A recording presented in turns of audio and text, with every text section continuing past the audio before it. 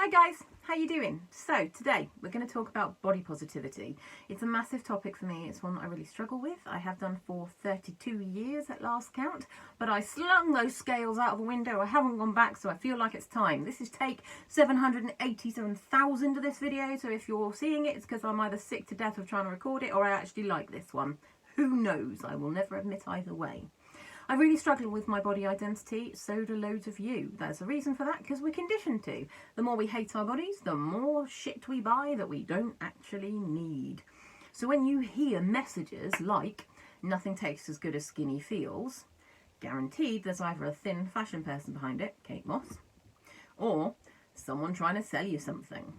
In this instance, it's also a massive lie. I've had Mexican food, that tastes way better than skinny feels, I have to be honest.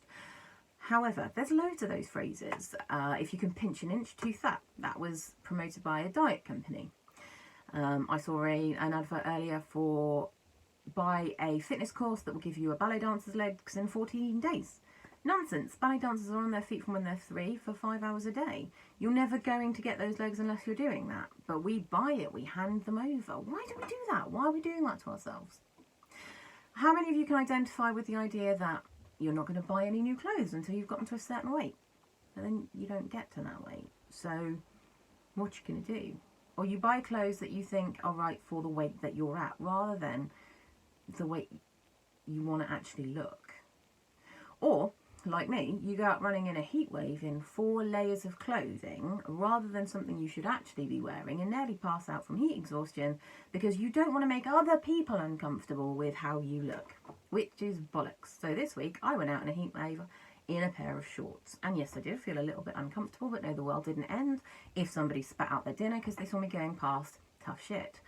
It was a real watermark moment for me to do that though, because I can't usually bear it. How many of you have looked at photos of yourself and hidden them and refused to acknowledge what a lovely time you had because all you can see are the flaws in your face? Flaws that other people who love you don't even recognise. We're all doing this to ourselves in one way or another. I was really disappointed to see a trainer on Instagram that I follow talk about how disgusting she looked that day. Initially, I nearly sent her a message going, look, seriously, you've got a beautiful body, you work really hard for it, F off all the way over there, turn around, F yourself, come back, F yourself again, then F off all the way back. I took a moment and I swallowed it and found my empathy for her. If a woman who looks like this, and believe me, she is beautiful, can feel like that, how's the rest of us supposed to look? Let's talk about the toxicity bigger women face. If you put a picture of a bigger woman on a magazine, it's called promoting obesity. Last time I checked, there are very few people in the world who go, you know what I really want to be? Fat. Because nothing screams happy life like relentless public scrutiny when you're eating in public, not being able to find clothes that fit you, and chub rub in the height of summer. Woo-woo! There's this idea that promoting obesity is a bad thing for women. And actually, it's not promoting obesity. It's giving women who are a bigger size space without saying, we want you to take up less space. We know that obesity probably isn't a good thing to achieve. We're living that. However, we also know that seeing women who look like us working out is critical to encouraging women who don't have the confidence to do that to believe that they can. Seeing women who look like us singing on stage at Wembley gives us the confidence to believe that we are not restricted to live our lives by our bodies. Seeing women who look like us having babies, getting married, having sex, revolutionary, not being mocked for it, means that we start to feel like we're still humans and not just gauged on what our body sizes are. And that's a really important message to get, because there's this idea that people get bigger because of what they eat. This is not true. They get bigger as part of what they eat, but the decision to eat to a stage where we put on weight and it's unhealthy is done in our head. And it's usually driven by issues that we are not dealing with in our lives. For a lot of women, that's because we're loving other people too much. And we start eating this food as kind of a twisted self-nourishment. I deserve this. I'm going to have this because I'm exhausted and this makes me feel better about myself. It's a treat. When we make food good and bad, we turn some foods into things that we probably shouldn't be eating. So when we want to harm ourselves, we go straight to that. We've gotten bigger because we're sad or tired or lonely, or because we are trying to suppress our feelings in a situation where we don't have any other strategies to do it. We very rarely get bigger because we want to be fat. That's not how this works. So if you want to change that, if you care so much that you're outraged by the idea of a bigger woman on the front of a magazine, don't shame her. Get your ass into a gym. Learn how to change your messaging and support the bigger people in your life with doing it. That's a better way of doing it. If you're looking at a bigger woman and thinking, God, how could she let herself get like that? Why don't you look at what else she's doing in her life that means that that's where she's ended up? Go and talk to those people. Hey, husband, pick up your own shit. Your wife's knackered. She's eating cake because she's exhausted. Instead of blaming the woman for eating the cake, blame the situations around her.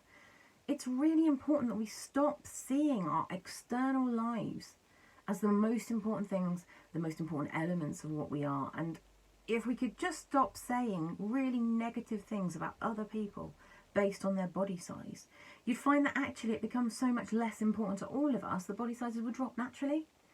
It's a really twisted cycle, but unless we all start to engage in this process of making ourselves important for everything other than how we look, which is really, really difficult. I am not trying to sell you something that can be fixed overnight, but it will make the biggest difference to who we are. Stop going on diets. Stop buying into exercise plans that you'll never be able to do because you're never going to have the body that you're looking at because it was photoshopped and airbrushed and surgically achieved in the first place. Stop buying into a message that being thin is the most important thing in your life, and if you're thin, everything around you will be perfect. Focus on making everything around you as good as you want it to be, and thin follows naturally.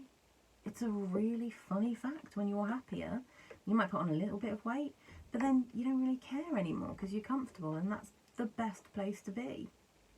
Focus on understanding that being bigger doesn't mean you're unhealthy. It's a myth to suggest that. I work out 5-6 times a week.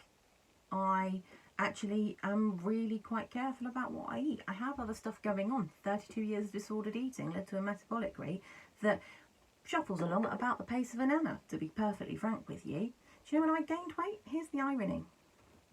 When I quit smoking. I quit smoking, took up running, and started working on my mental health. Put 3 stone on in 2 years. Does that mean I should go back to smoking? I've been tempted loads of times, but no, I actually really have much more energy and feel much better. I'm far healthier now than I was then. I just don't look it. The idea that thin equals health is not true. Quite often when you see celebrities who are really, really thin and looking fabulous, and we all go, oh my God, she looks amazing. How are you doing that?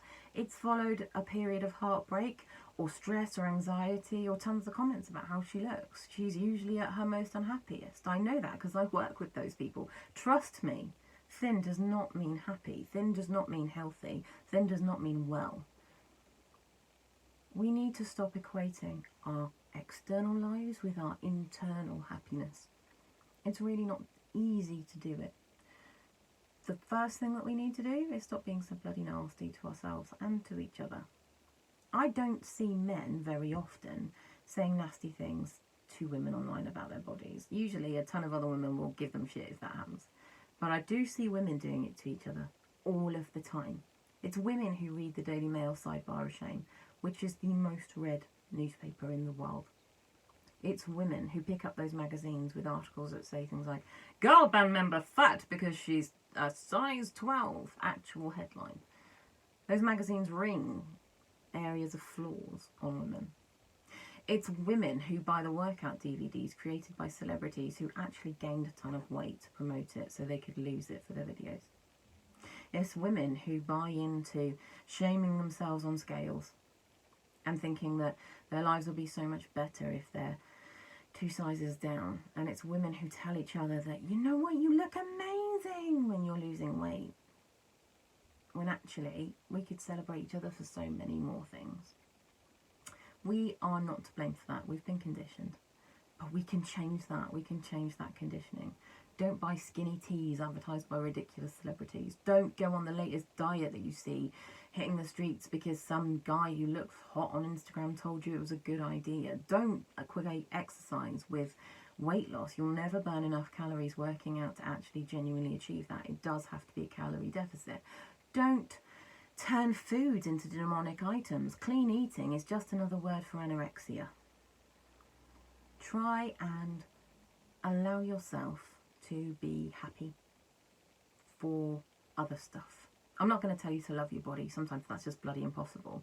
One of my favourite ones is when you mums are shamed because they're not completely happy with their body. So when you say to her, oh my God, but you've done something amazing. You should be so proud of yourself. Yeah, she has, but she's just had a tenant take her body out for 9 months. And then as it was leaving the building, it trashed every room on the way out and set fire to it. By the time you've got saggy stomachs and your boobs are doing God knows what, and let's not even talk about downstairs, the last thing you want to hear is, yeah, but you made a miracle. Yeah, but the miracle made a mess and I feel like crap. Instead, buy her a cake, let her cry and go, you know what, you'll feel better soon, because you probably will. We just need to be a bit more realistic. You're not going to be happy with your body all the time. Nobody is. I don't believe in loving your body. I don't think anybody can all of the time. But if we can just get comfortable with it, if we can be okay with it and recognise that it's our house that we have to live in forever, so it's a good idea to look after it. But that doesn't mean shaping it into whichever fashion trend is the right way to look right now. We'll probably make progress. See you soon, guys.